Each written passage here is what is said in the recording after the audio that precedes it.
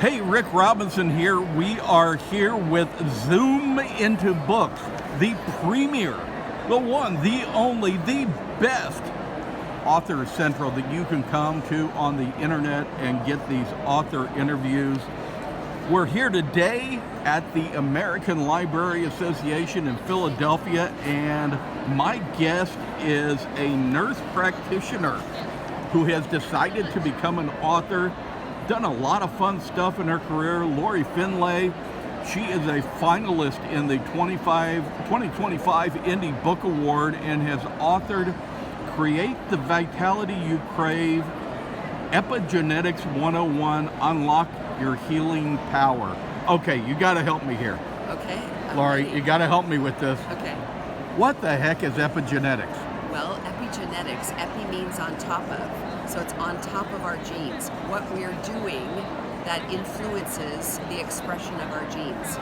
MD Anderson Cancer Center has said that only 5 to maybe 10% of disease is caused by our genes. The rest of it is what we do to our genes. I like to explain it like a piano, a grand piano. You know, you've got the frame, you've got the strings, you've got a keyboard, you've got foot pedals, all this, right? But you don't know how the piano is going to express itself. Will it be Bach or Beethoven or Beyonce? We don't know. It takes the external influence of a pianist to make sound or express the piano. Our genes are influenced, like the pianist, by the air we breathe, the water we drink, the people that we hang out with, toxic or healthy or unhealthy relationships, by the food we eat, by the food we don't eat, right? Not just our genes. So there's all kinds of things that we can do to upregulate and improve the function of our genes. That's actually a very great explanation of something I didn't understand, because Awesome. you can either be Billy Joel Right. playing piano, or you can be like me playing piano. Well, and again, that's kind of the point of the book, isn't it? Now the book is focused on women who are going through midlife, correct? Well, I would say yes. It's focused. It's not focused just on women. It's for men and women. There's plenty of men that have read it and love it. And I've really, addressed women and some of the disadvantage, some of the disparity that we see in Western medicine with women in regards to clinical trials, all the misrepresentation of women, and why we're not being addressed in some health things. Explain that. Why are women not being addressed in clinical trials sufficiently that you see it? I mean, you're a nurse practitioner. Right. You've been in this your whole life. Yeah. Well, how does that happen? Well, it happens because women have a different cycle. Like throughout the month, women's physiology is very, very different. A man's physiology is stable all month, and it's a lot easier to do a clinical trial with men. And so up until it was 1992 when it was finally look, we need to have women, more women in clinical trials. And it's getting better, but there's still a dramatic disparity in clinical trials. And there's been clinical trials that have been done, unfortunately, like the Women's Health Initiative, that had an ulterior motive and gave a very, very, very negative summary that was slanted, which unfortunately was very, very disadvantageous for women, right?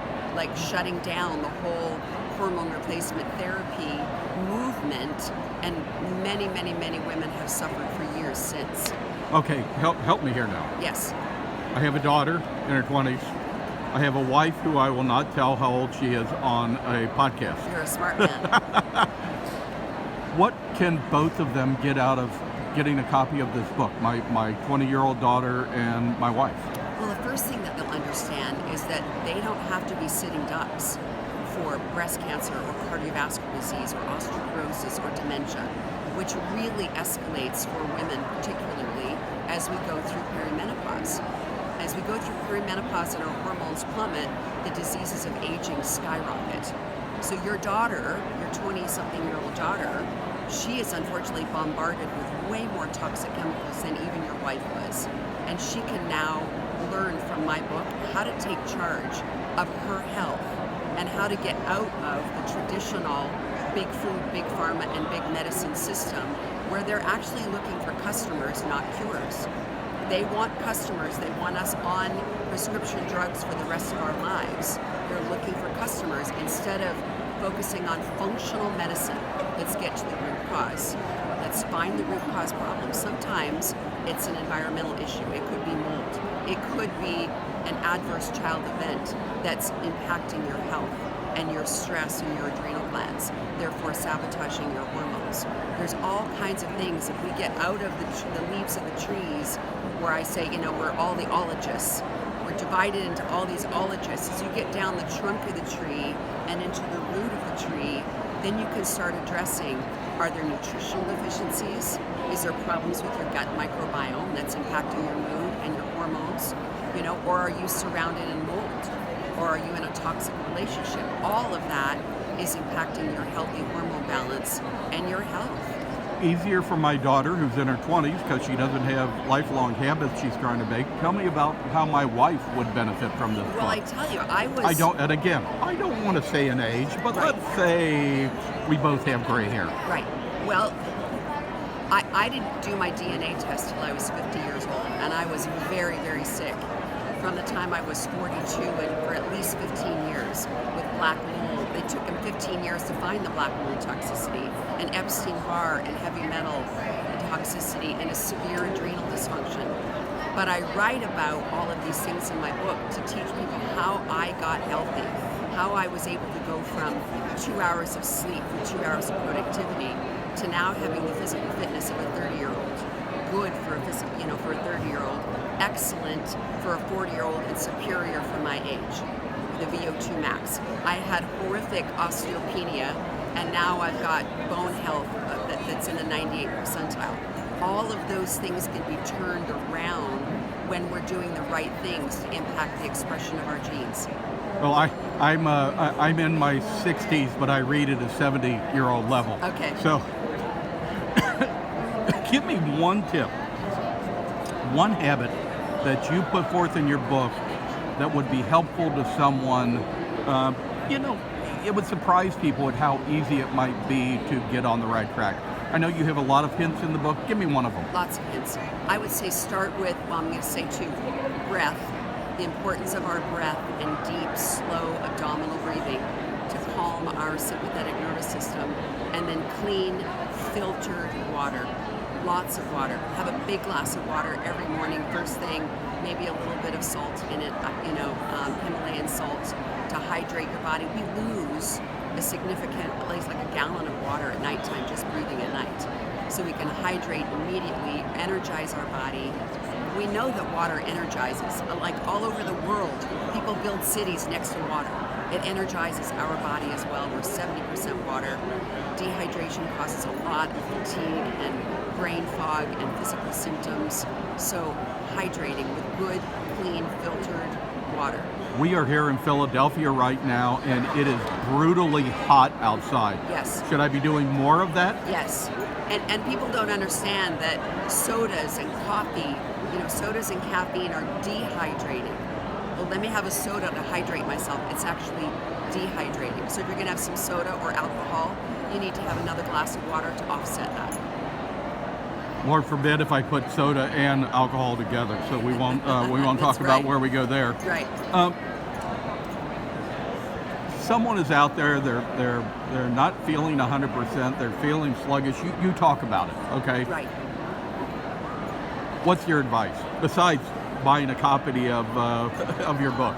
Well, yeah, start with a copy of my book that will explain a lot. I go into very, very clear, simple explanations of physiology and why and how these toxins in our world are causing problems. But I think if people start with, right, looking at what am I doing on a daily basis, look at the food I'm consuming, the environment that I'm in, what's my air quality look like, what's my water quality look like, am I eating real food or am I eating a lot of processed foods? If there's all kinds of chemicals and you can't pronounce them, that's a clue that you're eating processed food. Like real whole food is going to change everything. And our brains need healthy fats.